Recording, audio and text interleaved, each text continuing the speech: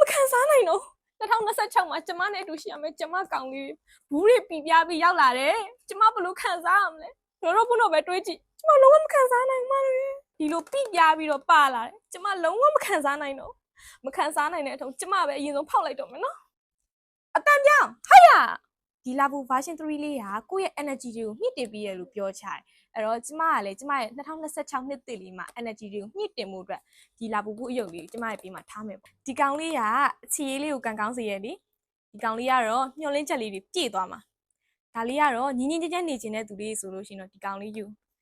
ဒါလေးကဒီကောင်လေးရှိရင်လက်ကြီးကောင်းသွားမှာဒီကောင်လေးရဆိုလို့ရှိရင်ပျော်ရွှင်မှုတွေကအမြဲတမ်းကိုယ့်စီကိုရောက်လာမှာလေ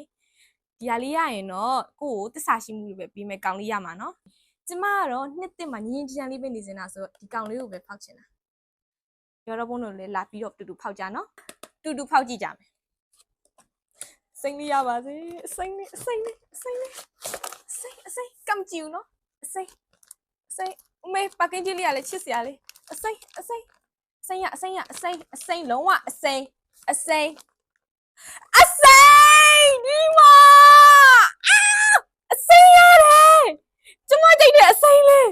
ဟိုလှလိုက်တာအယောင်လေးကနုပတ်နေရောပဲပြောပါတယ်ထဲမှာလှတယ်လို့ဘူးတာပိန်တာဒီမှာ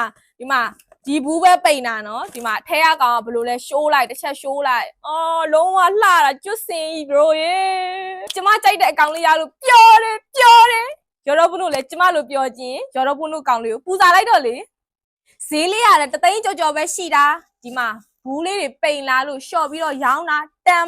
မယ်နော်အစ်ကြိုက်တဲ့ညမှာစစ်နော်လုံးဝအစ်မှာအစ် authentic မှားနေတယ်ဆိုကျမတို့စီမြန်လားနော်ကုန်တာမြန်တယ်ဒီလိုလာဘူး version 3လေးကိုဈေးတက်တန်နဲ့လိုချင်တယ်ဆိုရင်ကျမတို့စီလာခဲ့နော်2026မှာအားလုံးပဲပျော်ရွှင်ကြပါစေရှင်တတာ